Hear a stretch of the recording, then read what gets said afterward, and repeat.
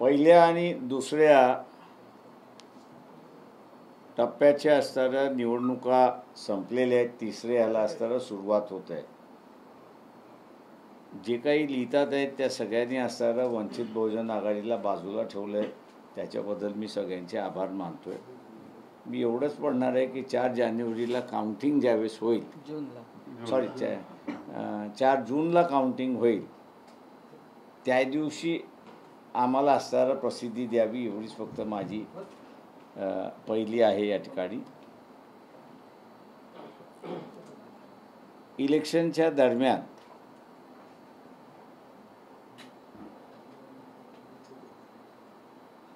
मी असं म्हणेन की पश्चिम महाराष्ट्र लक्षात घेता, पश्चिम महाराष्ट्र, मराठवाडा आणि खानदेश हा लक्षात घेता इथेनॉलची असणारी पॉलिसी या ठिकाणी बदललेली आहे. इचलकरंजीच्या सभेमध्ये इथेनॉल हा एक प्रॉडक्ट आहे, मेन प्रॉडक्ट होण्याची पॉसिबिलिटी आहे साखर कारखान्या याच्यामध्ये. आणि त्याचा ऊसाचा दर ठरवत असताना तो घेतला जात नाही. मग शेतकरी संघटना असतील, शेतकरी नेते असतील किंवा कारखान्याचे चेअरमन असतील, या कोणीही असणारा तो उचललेला नाही. आणि म्हणून त्यावेळेस पहिल्यांदा आम्ही असणारा उचलला आणि त्याचा परिणाम आपल्याला असणारा त्या ठिकाणी दिसायला लागला की पश्चिम महाराष्ट्रामध्ये ऑल ऑफ अ सडन आम्हाला असणारं एक्सेप्टेबिलिटी ज्याला आपण म्हणतो ही फार मोठ्या प्रमाणात सुरुवात झाली. आणि त्यामुळे मॉरल कोड ऑफ कंडक्ट असतानाही केंद्र शासनाने त्याचं उल्लंघन केलं आणि मॉलिसेस म्हणून येणारा इथेनॉल याच्यावरचं असणारं बॅन उठवले अशी असणारी परिस्थिती आहे. त्याच्यामुळे एथेनॉल आता आम्ही एथेनॉल निर्माण होऊन एथेनॉल हे असणारं पेट्रोल आणि डिझेलमध्ये 20% मिक्सिंग करण्याची असणारी परमिशन ही काही वर्षापूर्वी त्या ठिकाणी देण्यात आली होती. परंतु साखरेचं उत्पादन कमी होईल या नावाखाली इथेनॉल हा फक्त काहीच जणांना मॅन्युफॅक्चर करण्यासाठी परमिशन देण्यात आली होती. त्या सगळ्या ह्याचा असणारं राजकारण आम्ही असणारं इचलकरंजीच्या प्रेस कॉन्फरन्स आणि जाहीर सभेमध्ये त्या ठिकाणी मांडल्यानंतर त्याचा परिणाम आता दिसायला लागला आहे. आणि ज्या प्रमाणात आम्हाला असणारा पाठिंबा हा विदर्भात आणि मराठवाड्यात सेकंड फेजमध्ये आणि फर्स्ट फेजमध्ये मिळाला आहे, त्याच पद्धतीचा असणारा पाठिंबा हा आम्हाला आता असणारा पश्चिम महाराष्ट्र, खानदेश याही भागामध्ये मिळतो अशी असणारी परिस्थिती आहे. आणि म्हणून सातारा जिल्ह्यामध्ये, एकट्या सातारा जिल्ह्यामध्ये 46,000 रिटायर्ड सोल्जर मतदार आहेत. त्या रिटायर्ड सोल्जर्सच्या सैनिक बोर्ड जे आहे त्यांनी असणारं बैठक घेऊन आपण असणारा एक सैनिक उभा करावा असं सगळं केल्यानंतरही त्यांना विचारणा केली की आपण आम्हाला असणारं सपोर्ट करणार का, पक्षावरती उभं करणार का. आम्ही असणारं त्यांना होय म्हणालो आणि रिटायर्ड सोल्जर्सचा असणारा उमेदवार हा आम्ही असणारा साताऱ्यामध्ये उभा केला अशी परिस्थिती आहे. याच्यावरूनच जो वंचित आहे, सर्वच परीने जो वंचित आहे, त्याचा आता वंचित बहुजन आघाडी अट्रॅक्ट होते अशी असणारी परिस्थिती आहे. मुंबईमध्ये सुद्धा 2 दिवसामध्ये आम्ही असणारा आमचे उमेदवार त्या ठिकाणी उभे करणार आहोत. मी असं म्हणेन काँग्रेस पक्षाने वर्षा गायकवाड यांना असणारं उभं केलेलं आहे. त्यांचा आमदारकीचा मतदारसंघ सोडून त्यांना उभं केण्यात आलेलं आहे. त्याच्यामुळे आम्ही असताना नेहमी म्हणतो की बळीचा बकरा अशी आपली फीज आहे. परंतु वर्षा गायकवाडांच्या संदर्भात आपल्याला म्हणावं लागेल की बली का बकरी असं असणारं त्या ठिकाणी काँग्रेसकडून दिलेलं आहे. त्या मतदारसंघामध्ये माझ्या माहितीप्रमाणे माजी काँग्रेस अध्यक्ष बाई जगताप हे त्या मतदारसंघामध्ये राहतात. काँग्रेस पक्षामध्ये काय चाललं आहे याची असणारी कोणालाच कल्पना नाही, माहिती नाही, असे एकंदरीत दिसते.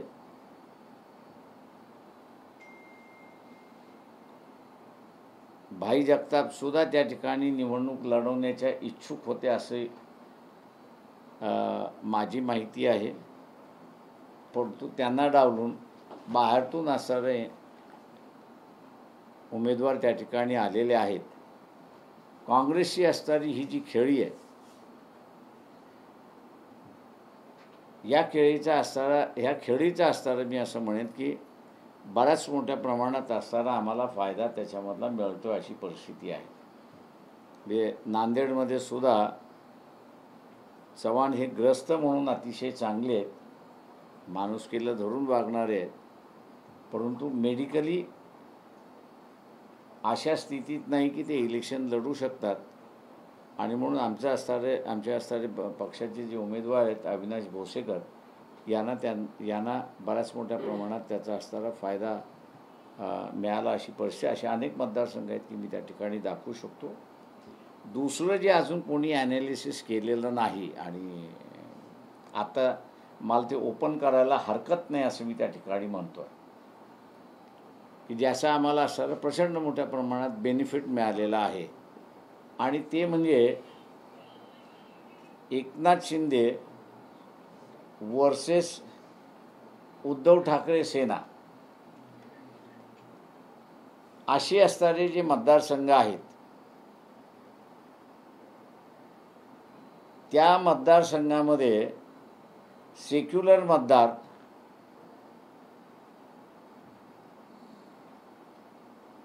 आणि पहिल्या फेजमध्ये आणि सेकंड फेजमध्ये जे आम्ही पाहिलेलं आहे, काँग्रेस शिवसेनेच्या उमेदवाराचं काम करत नाही आहे आणि शिवसेना काँग्रेसच्या उमेदवाराचं कामकाज करत नाही आहे.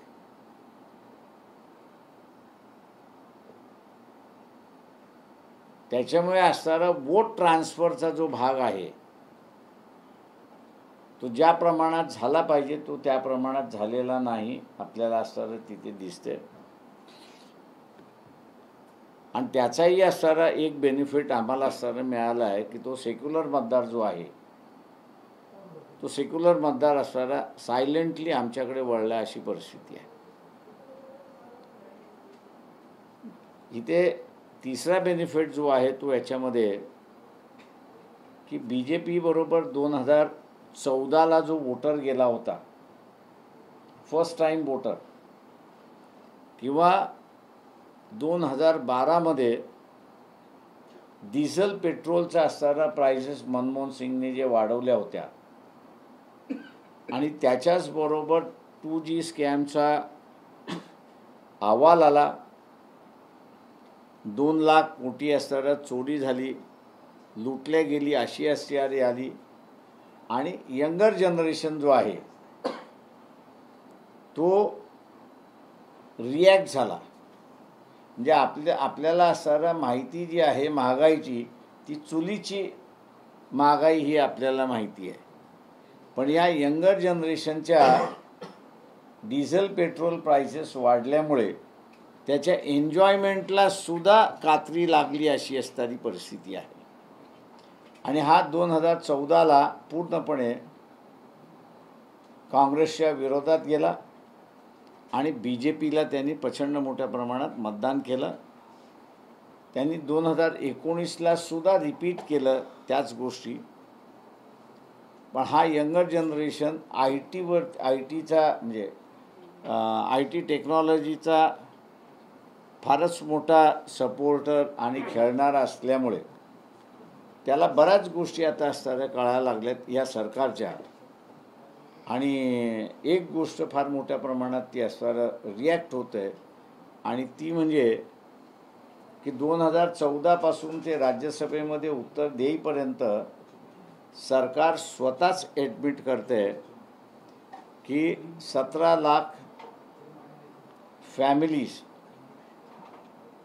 यांनी नागरिकत्व सोडलं आणि परदेशी गेलेले आहेत. तो ज्यावेळेस त्याच्या अगोदरच्या कालावधीमध्ये बघतो तर काही हजारामध्ये फक्त गेलेले आहेत अशी परिस्थिती आहे. एका बाजूला हिंदू राज्य उभं करण्याचं आणि दुसऱ्या बाजूला नागरिकत्व सोडून जाणारा जो वर्ग आहे तो हिंदू आहे. आणि त्याचं इनडेप्थ थोडंसं असणारं स्टडी आपण केला तर असं दिसतं की त्याची मिनिमम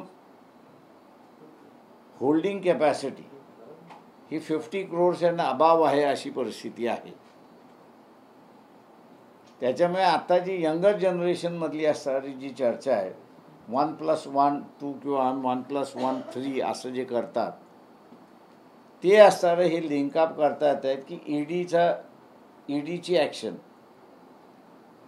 नोटीसची ॲक्शन, याच्यामध्ये या फॅमिलीजला कोएर्शन करण्यात आलं होतं का, म्हणजे यांच्याकडे सुद्धा वसुलीचा असणारा नोटिसा गेल्या होत्या का, अशा रीतीची असणारी चर्चा ही यंगर जनरेशनमध्ये मी फिरत असताना मला ऐकायला मिळाली. हा मी असणारा म्हणतो यंगर जनरेशनमधला सिरियस इश्यू आहे, म्हणून पर्सेंटेज जे आहे हे 10 ते 12% त्या ठिकाणी कमी आलं आहे अशी परिस्थिती आहे.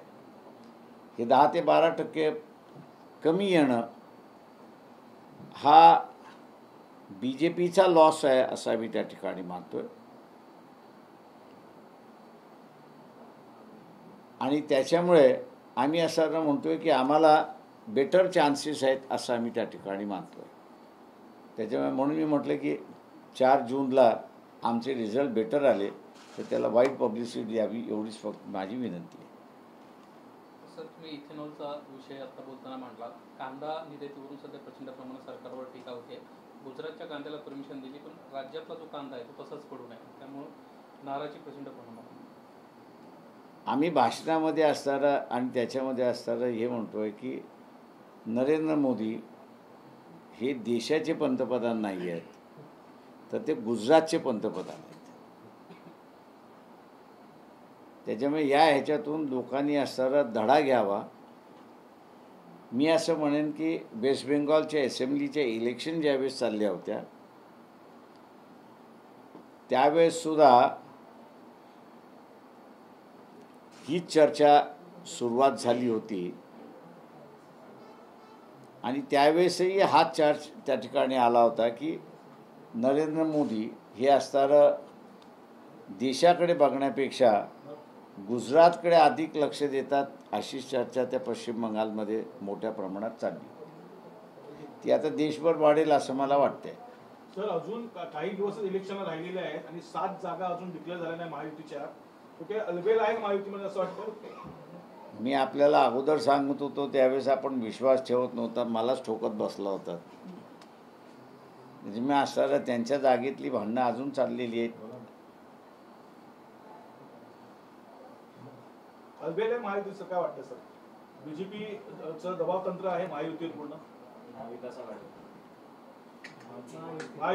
नाही, महायुतीमध्ये सुद्धा तेच चाललेलं आहे आणि काँग्रेसवाल्याने सुद्धा MBAमध्ये माघार घेतली म्हणून असताना मिटले असं आपल्याला दिसतंय.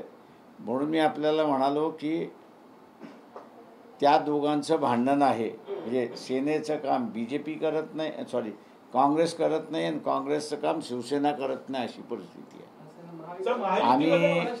आम्ही असणारं ते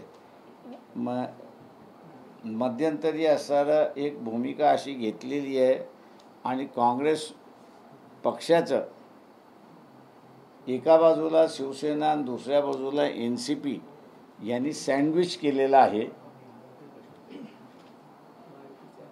तेव्हा काँग्रेसच्या कार्यकर्त्यांना आम्ही असं आवाहन करतोय की सप्टेंबरमध्ये विधानसभा आहे,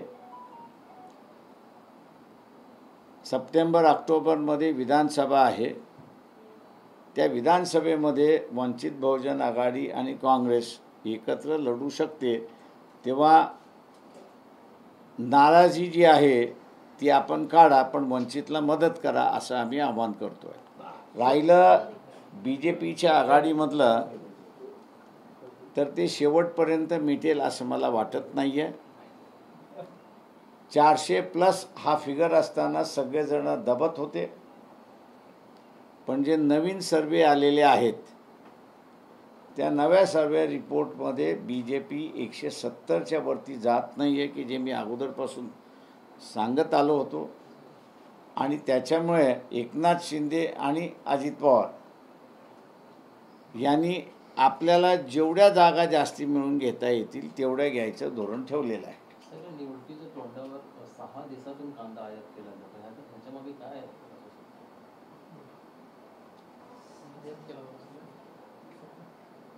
मी अजून त्यातला अभ्यास केला नाही, त्याच्यामुळे मला कॉमेंट करता येणार सर, एक महत्त्वाचं तुम्ही विधान केलं, विधानसभे निवडणुकीमध्ये आम्ही आणि काँग्रेस एकत्र येऊ शकतो. विधानसभेमध्ये काही चर्चा झाली आधी, काही आश्वासनं दिली गेली आहेत का? काही स्ट्रॅटेजी ठरली होती आधी की या 6 मतदारसंघामध्ये लोकसभेला काँग्रेसला मदत केली जाईल, तर त्या पाठिंब्यासंदर्भात तुम्ही बोलला होता. आणि विधानसभेला मात्र एक वेगळं चित्र महाराष्ट्र. ते मी असं विधानसभेमधलं मानतोय. फर्स्ट 2 फेज झाल्या, 3री फेज चालू झाली आहे, 4थी फेज चालू होईल, 5वी चालू होईल. काँग्रेस अक्षरशः काँग्रेसचे जे काही कार्यकर्ते ची भेट होत असते त्यावेळेस ते व्यथित आहेत असं स्पष्टपणे त्या ठिकाणी दिसते.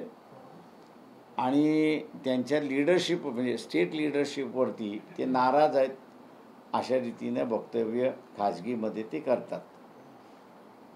आणि म्हणून असणारा आम्ही त्यांना असणारं म्हणतोय की विधानसभेमध्ये आपण एकत्र बसून लढता येईल, तेव्हा आत्तापासूनच वंचित बरोबर आपण जुळायला सुरुवात करा अशी आम्ही त्यांना ऑफर दिलेली आहे. सर, महाविकास आघाडीचा जर घटक असेल काँग्रेस विधानसभेच्या वेळी, तेव्हा मग तुमचं गणित काय असेल? ते म्हणून म्हटलं ना, आता काही ते राहील असं मला दिसत नाही आहे. ज्या पद्धतीने असणारं वक्तव्य शिवसेनेकडून आणि काँग्रेस दोघांकडून झालेलं आहे, लोकसभेच्या तोंडावरती आपण वेगळी भूमिका घ्यावी आणि ती आपल्याला देशभर अडचणीत होईल, त्याच्यामुळे ते कॅरी ऑन करतात आहेत. पण विधानसभेमध्ये वेगळे होतील असं माझा म्हणणं आहे. तुम्ही असं म्हणता का लोकसभेनंतर महाविकास आघाडीमध्ये फूट पडेल? तिघही वेगवेगळे लढतील एवढं मी आपल्याला सांगतो. सर, दुसरीकडे जुन्या मित्राबरोबर जाण्याची काही शक्यता? जर तुम्ही शिवसेनेसोबत पुन्हा पॅचअप करणार का तुम्ही? ते पॉलिटिकली माझ्या अंदाजानं जे आहे ते आत्ता आपल्याला काही सांगता येत नाही, रूल आउटही करता येत नाही. आम्ही आत्ता असताना फक्त जे काँग्रेसचे जिल्हा स्तरावरचे जे नेते आहेत आणि ते भेटतात आहेत आणि ते जे म्हणतात आहे त्यांना आम्ही असणारं हे सांगतोय की विधानसभेमध्ये आपण एकत्र येऊन लढू शकतो. सर, जी परिस्थिती महाविकास आघाडीमध्ये आहे तीच परिस्थिती महायुतीत पाहायला मिळते. जागा वाटपांचं सूत्र आता माईन फॉर्म भरणं चालू झालेलं आहे, तरी नाशिकचा तिढा सुटत नाही. 7 जागांचा तिढा सुटत नाही. म्हणजे काय सांगाल महायुतीत? पूर्वी कसं होतं की 400+, त्याच्यामुळे सगळे दबून होते. आत्ता जसे नवीन सर्वे आलेले आहेत त्या नव्या सर्वेप्रमाणे BJP कुठल्याही परिस्थितीमध्ये 200 पार करत नाही अशी असणारी परिस्थिती आहे. त्याच्यामुळे ज्या इंग्रजी फेसप्रमाणे पाऊंड ऑफ फ्लेश हे आपल्याला मिळालं पाहिजे या हेतूने एकनाथ शिंदे शिवसेना आणि अजित पवार NCP हे त्यांच्याकडे सीट्स मागतात आहेत. आणि शिवसेना BJP अशी बघते की त्यांच्याकडून त्या सीट्स आम्ही काढून घेणार. अशा वादामध्ये त्यांची चर्चा अडकली अशी परिस्थिती आहे. सध्या आचारसंहिता सुरू आहे आणि तुम्ही मला ज्या पद्धतीने म्हटलात की तरी देखील सरकार ज्या पद्धतीने निर्णय घेते, कांद्याच्या बाबतीत नुकताच निर्णय घेतला आहे. 9व्या 9150 मेट्रिक टन कांदा निर्यातीस परवानगी दिली आहे. 6 देशांमध्ये कांदा जाणार आहे. 2 दिवस झालं त्यांना प्रचंड प्रमाणात टीका होत होती. केवळ गुजरातला त्यांना परमिशन दिली होती. मात्र नुकताच त्यांना आता निर्णय घेतला आहे आणि 99,150 मेट्रिक टन कांद्याला निर्यातीस परवानगी दिली. माझं म्हणणं असं आहे की पहिल्यांदा ज्यावेळेस तुम्ही एका राज्याच्या व्यापाराला दिली, याचाच अर्थ त्यांनी फॉरवर्ड ट्रेडिंग करून मोकळे झाले आणि ते फॉरवर्ड ट्रेडिंग करून मोकळं झाल्यानंतर तुम्ही उरलेल्या देशाला देणार असाल तर तुम्ही शिल्लक काहीच ठेवलेलं नाही आहे. हा फक्त फसवण्याचा प्रकार आहे असं मी त्या ठिकाणी मानतोय. मुंबईमध्ये तुम्ही जागा लढवता असं म्हणताय, कोणत्या जागेवर इच्छुक आहे? वंचित आघाडी कोणती जागा लढवणार मुंबईमध्ये सर? 2 दिवस थांबा, मी सगळीच लिस्ट जाहीर करतोय. मी आता मोकळा झालोय त्याच्यामुळे जाहीर करतो आता.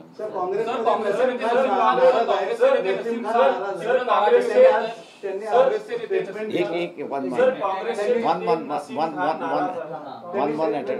आता स्टेटमेंट दिलं की अल्पसंख्याक मध्ये कोणालाही काँग्रेसने तिकीट दिलं, त्याचा फायदा कुठेतरी होईल. त्याने राजस्थानमध्ये दिला नाही आहे, म्हणजे माझ्या माहितीप्रमाणे राजस्थानमध्ये दिलेलं नाही आहे, उत्तर प्रदेशमध्ये दिलेलं नाही आहे, महाराष्ट्रामध्ये दिलेलं नाही आहे. कर्नाटकाची लिस्ट अजून मी त्या ठिकाणी पाहिलेली नाही, त्याच्यामुळे बोलू शकत नाही. मुसलमानामध्ये काँग्रेसच्या ह्या रवैयाबद्दल नाराजी आलेली आहे. हे भाग आहे त्या ह्याच्याबरोबर, पण त्याच्याचबरोबर मुस्लिम समाजाचा जो टार्गेट आहे तो BJP न येणं हा एक टार्गेट आहे. त्याच्यामुळे मुस्लिम समुदायाचं जे काही मी आत्ता जे बघतोय 2 फेजेसमधल्या ह्याच्यामध्ये जो कोणी हरवू शकेल त्याच्याबरोबर ॲटलिस्ट 50% चालला अशी परिस्थिती आहे.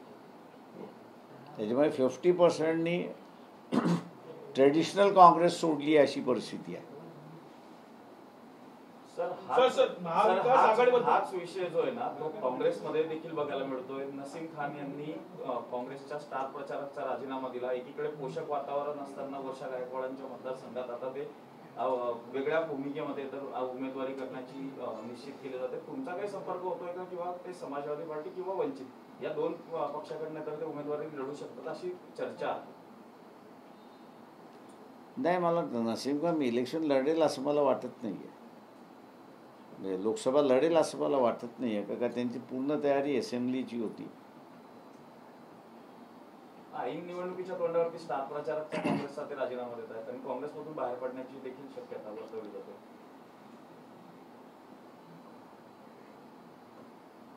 बरेच काँग्रेसमधले आहेत लोक जे बाहेर पडण्याच्या मार्गावरती आहेत, पण ते उंबरठा ओलांडतील का हा मला जरा डाऊटफुल आहे. जसं तुम्ही महाविकास आघाडीबद्दल सांगितलेलं आहे की लोकसभेनंतर महाविकास आघाडी राहणार नाही, तसं महायुतीचं काही भाषित आहे का? ज्या प्रकारे तुम्ही सांगताय लोकसभेत जागा कमी येणार आहे. कसं आहे की मी जर मोदी निवडूनच आले नाही, म्हणजे त्यांचं सरकार निवडून आलं नाही असं माझं म्हणायचं आहे, तर आत्ता जे बांधून ठेवलेलं आहे इन्क्वायरीच्या नावाखाली ती बंदिस्त संपते. त्याच्यामुळे ती बंदिस्त संपल्यामुळे प्रत्येकजण आपापलं अस्तित्व दाखवायला सुरुवात करेल आणि तिथेही कदाचित BJP सेंट्रलमध्ये गव्हर्नमेंट फॉर्म झालं नाही तर एकनाथ शिंदे आणि अजित पवार हे वेगळे निवडणुका लढतील. उत्तर मध्य मुंबईमधून वर्षा गायकवाडांना तिकीट दिलेलं आहे. धम्मभगिनी म्हणून तुम्ही त्यांना सपोर्ट कराल का? राजकारणामधले असलं काहीच नसतं, पार्टी म्हणून नसतं. तुम्ही सर फ्री झालाय अकोलेमधून, आता आगामी काळामधल्या महाराष्ट्रातल्या वेगवेगळ्या ठिकाणी तुमच्या सभा पाहायला मिळणार आहेत का? हो, मी आता माझ्या 1 तारखेपासून माझा दौराच आहे कोल्हापुरात सगळ्या मतदारसंघामध्ये. सर, सांगलीमध्ये विशाल पाटील यांना आपण पाठिंबा देणार अशी चर्चा होती. नाही, अजून सांगलीच्या युनिटने आम्हाला अजून तसं काही इंडिकेशन कळवलेलं नाही. त्यांनी इंडिकेशन आम्हाला दिलं तर आम्ही त्यांच्याबरोबर बसून मग फायनल निर्णय घेऊ. समान नागरिक कायदा लागू करण्यासंदर्भामध्ये पुन्हा एकदा अमित शहांना पुनरुच्चार केलेले आहेत. वंचित बहुजन आघाडीचा पुढचा स्टँड या संदर्भातला काय? BJPने तो करूनच दाखवावा असं माझं म्हणणं आहे. आणि ते त्यांच्याच पायावरती धोंडा मारून घेतील असं मला वाटत नाही. समान नागरिक कायदा आला तर तो पार्लमेंटचा कायदा आहे आणि संविधानाने प्रत्येक याला धर्माला प्रोटेक्शन दिलेलं आहे, त्यांच्या पर्सनल लॉला प्रोटेक्शन दिलेलं आहे. अट एवढीच आहे की तुमचे पर्सनल लॉ आणि कॉन्स्टिट्यूशनल प्रोव्हिजन्स याच्यामधला टकराव जो आहे तो टकराव तुम्ही अवॉइड केला पाहिजे किंवा त्या पद्धतीने तुम्ही मोल्ड केला पाहिजे अशी परिस्थिती आहे. तेव्हा कॉमन सिव्हिल कोड हा ख्रिश्चन, मुस्लिम, जैन, शीख, बुद्धिस्ट आणि हिंदू या ह्याच्यापैकी जे ऐच्छिक म्हणतील की आम्हाला लागून घ्यायचं आहे त्यांनाच तो लागू होईल. ज्यांनी असं म्हटलं की नाही आम्ही आमच्याच ह्याच्यामध्ये राहू त्यांना तुम्ही फोर्स करू शकणार नाही. त्याच्यामुळे आम्ही असं म्हणतो आहे की कॉमन सिव्हिल कोड हा जर अंमलबजावणी झाली तर लॉस हा बिगेस्ट लॉस तर RSSचा आहे. त्याच्यामुळे माझा चॅलेंज आहे की त्यांनी असं करूनच दाखवावं. तर दुसरा प्रश्न आहे, रत्नागिरी सिंधुदुर्गामध्ये जे दोन्ही BJP आणि शिवसेनेमध्ये खालच्या पातळीवर एकमेकांवर टीका केली जाते, कसे बघतात? तर मुंबईत असताना टीका होत होती खालच्या पातळीवरती, तर तिथे का होणार नाही. त्याच्यामुळे आम्ही असं लोकांना आम्ही म्हणतोय की काका जोशी आम्ही असं उभे केलेले आहेत. शिक्षक पेशामधले आहेत, त्यांचं स्वतःचं असणारं एक फार चांगलं आंदोलन तिथे असणारं करतात. भटशाही, भिक्षुकशाही गावागावातून निर्माण करण्याचं त्यांचं असणारं कार्य गेली 10 वर्ष ते कार्य करतात. किंवा लोकांनी विधायक कार्य करणाऱ्या काका जोशी यांना स्वीकारावं असं मी तिथे आवाहन करतो. आता सर 2 फेज के चुनाव हो चुके हैं, वोटिंग हो चुका है, किस तरह के नतीजे आप एक्सपेक्ट करते हैं, किस तरह का माहौल आप देखते हैं 2 फेज के? मैं सिर्फ इतना कहूँगा कि जो ग्राउंड रियलिटी है उस ग्राउंड रियलिटी को नज़रअंदाज किया जा रहा है. जैसे कि चंद्रपुर की अगर बात कहूँ, मैडम धानोकर इनका जो स्टेटमेंट था कि कुंबियों के अलावा किसी को सत्ता में नहीं होना चाहिए, ये स्टेटमेंट नॉन कुंबियों में अच्छा गया है ऐसा मैं नहीं समझता. BJP के जो कैंडिडेट है वहाँ पर उनका एक बहुत गंदा बयान आया कांग्रेस के बारे में कि ये अपने बेटी बेटियों को जो है इकट्ठा सुलाते हैं. इसका भी मैं समझता हूँ कि वहाँ के लोगों ने काफ़ी बड़ा रिसेंटमेंट किया और एक साफ सुथरी उम्मीदवार चाहिए हमको, ऐसे भी वहाँ पे चर्चा हुई कि जिसको इग्नोर किया है. मैं ये कहना चाह रहा हूँ. जहाँ तक गढ़चिरौली की बात है, गढ़चिरौली में एक आदिवासी और OBC संगठनों में काफ़ी दिनों से एक संघर्ष चल रहा है और वो संघर्ष ये है कि आदिवासी डिस्ट्रिक्ट होने की वजह से OBC को जो 27% आरक्षण मिलना चाहिए वो ना मिलते हुए उनको सिर्फ 17% आरक्षण मिल रहा है और उसके ऊपर उनकी नाराज़गी है. और आदिवासी जो है वो ये कह रहा है कि आदिवासी डिस्ट्रिक्ट होने से हमको जो 15% का जो आरक्षण अभी 17% का जो आरक्षण मिलना चाहिए वो वैसे कि वैसे बरकरार रहना चाहिए. OBC संगठनों ने कांग्रेस के उम्मीदवार को समर्थन दिया है और इसलिए OBC जो है आदिवासी जो है वो एक साइड चले गए. ऐसी एक बंदर वहाँ का गोंड है, प्रधान है माड़िया, बड़ा माड़िया, छोटा माड़िया है, हलवा है, ये सभी जो है वो एक साइड चले गए हैं, क्योंकि अपने को ये परसेंटेज के ऊपर का मामला उनका है, इसलिए वहाँ पर भी नतीजा क्या होगा यह बताना मुश्किल है। तो ऐसे में कहूँगा कि जो लोकल इशू, नेशनल इशूज़ ना होने की वजह से लोकल इशू जो है वो बड़े पैमाने पर वहाँ पर उभर चुके हैं, और इसलिए इन फैक्टर्स को देखते हुए मैं ये कहूँगा कि आश्चर्यजनक रिजल्ट आएंगे, ऐसी एक परिस्थिति हम लोगों को दिखाई देती है। सर, सत्ताधारी केंद्र में सत्ताधारी बीजेपी के विरोध में मतदान हो रहा है, आपको लगता है कि अब कितनी सीट तक आके सिमट सकती है बीजेपी या पूरा अलायंस? देखिए, अभी तो कहना मुश्किल है, लेकिन एक बात और चली है कि जिसको मैं दोहराना चाह रहा हूँ, वो ये है कि एनसीपी हो, कांग्रेस हो, शिवसेना हो या बीजेपी हो, इन्होंने किसी भी जगह ओबीसी के उम्मीदवार दिए नहीं है, एक बात। दूसरी बात यह है कि जो इस गुट के मतलब महाविकास आघाड़ी के जो उम्मीदवार है और बीजेपी के गठबंधन के उम्मीदवार है, ये रिश्तेदारी के उम्मीदवार है, ऐसे दिखाई दे रहे हैं। हम लोग कोशिश कर रहे हैं कि उनके रिश्ते निकालने की, और उस पर एक स्टेटमेंट निकालने की बात वहाँ पे चली है कि ये घरेलू मामला है, सत्ता चाहे बीजेपी में जाए या सत्ता कांग्रेस के आघाड़ी में जाए, एक ही परिवार में सत्ता जा रही है, कि जिसका एक निचले स्तर पर काफ़ी बड़ा रिसेंटमेंट है, और ये रिसेंटमेंट जो है वर्क कर रहा है, ऐसा हम लोग को दिखाई दे रहा है। साइलेंट वर्क कर रहा है, और लोग जब पूछते हैं तो उसको एक बताता है, लेकिन उसने किया दूसरा, ऐसा हम लोग को जानकारी है। सर, 2 फेज के मतदान के बाद भी लगता है कि बीजेपी का 400 पार का नारा काम कर रहा है? मैं पहले भी कह रहा था कि ये 170 के ऊपर नहीं जाएंगे। आज भी उस दावा मैं कर रहा हूँ कि ये सरकार बना नहीं पाएंगे, ऐसी परिस्थिति है।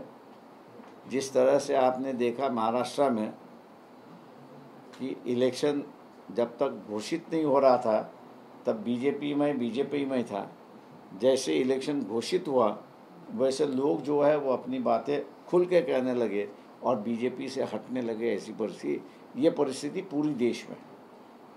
दूसरा सवाल ये कि मुंबई में अभी भी महायुति, जहाँ बीजेपी और शिवसेना और एनसीपी की हम बात करते हैं, सीट डिक्लेयर नहीं कर पा रहे, असमंजस की स्थिति है। वही हाल नासिक में, वही हाल पालघर और ठाणे में नजर आता है।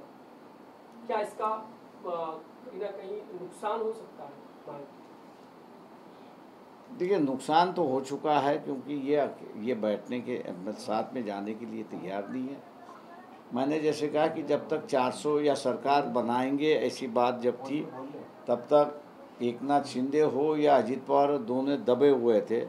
लेकिन जैसे न्यूज़ आना शुरुआत हुई कि बीजेपी 200 भी नहीं पार करेगी, ऐसी न्यूज़ आना शुरुआत हुई, वहाँ से आप देखोगे कि एकनाथ शिंदे और अजित पवार दोनों जो है वो अपने बराबर के हिस्सा मांगने में जुटे हुए हैं, और वो अभी तक हिलने के लिए तैयार नहीं, और बीजेपी को कोई दबाव काम नहीं कर रहा, ऐसी परिस्थिति है। सर, उद्धव ठाकरे के वचन पत्र में वीर सावरकर को भारत रत्न देने पर कोई भी मुद्दा लिखा नहीं गया है। क्या उद्धव ठाकरे सावरकर के मुद्दे को भूल गए? आप उनसे पूछेंगे तो अच्छा है। या आपकी क्या है? मुझे कोई राय नहीं उस पर। लेकिन सर, सवाल इससे जुड़ा इसलिए भी क्योंकि जिस तरीके से हिंदुत्ववादी पार्टी हमेशा, कभी शिवसेना भी वीर सावरकर को लेकर हमेशा आग्रही रही है कि हाँ ये भारत रत्न मिलना चाहिए, बीजेपी भी हमेशा दबाव बनाती है कि आप केंद्र में हैं, आप दे दीजिए। तो ये जो पॉलिटिक्स है भारत रत्न को लेकर है, वीर सावरकर को लेकर, उस पर क्या करेंगे? देखिए, इनके पास कोई हीरो है ही नहीं आज़ादी की लड़ाई लड़ने का या सोशल इश्यूज को लेके लड़ने का। तो इसलिए अब ये जो है किसी न किसी को तो भी ढूंढ के निकालते, खड़े करते हैं, और फिर पता चलता है कि ये चल नहीं रहा तो उसको दोबारा ढक देते। तो वैसे ये सावरकर की बात कर रहे हैं। Thank you. मुंबई में क्या आप गठबंधन कर सकते हैं? मुंबई में खासकर आप कितनी सीट्स खड़ी कर सकते हैं? और जब बात चल रही है 2 दिन में हम लोग अनाउंस करेंगे, तब देखिए कितने सीट खड़े कर रहे हैं उसको।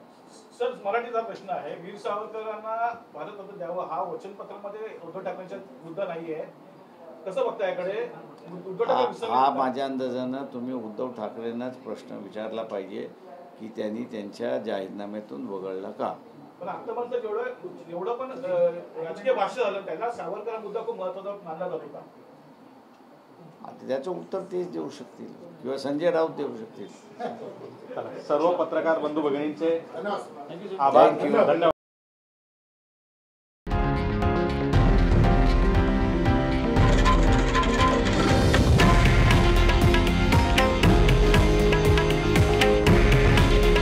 हे आहे देशातील नंबर 1 न्यूज नेटवर्क आणि आपण पाहत आहात TV9 मराठी. काळजी तुमची, हित महाराष्ट्राचं.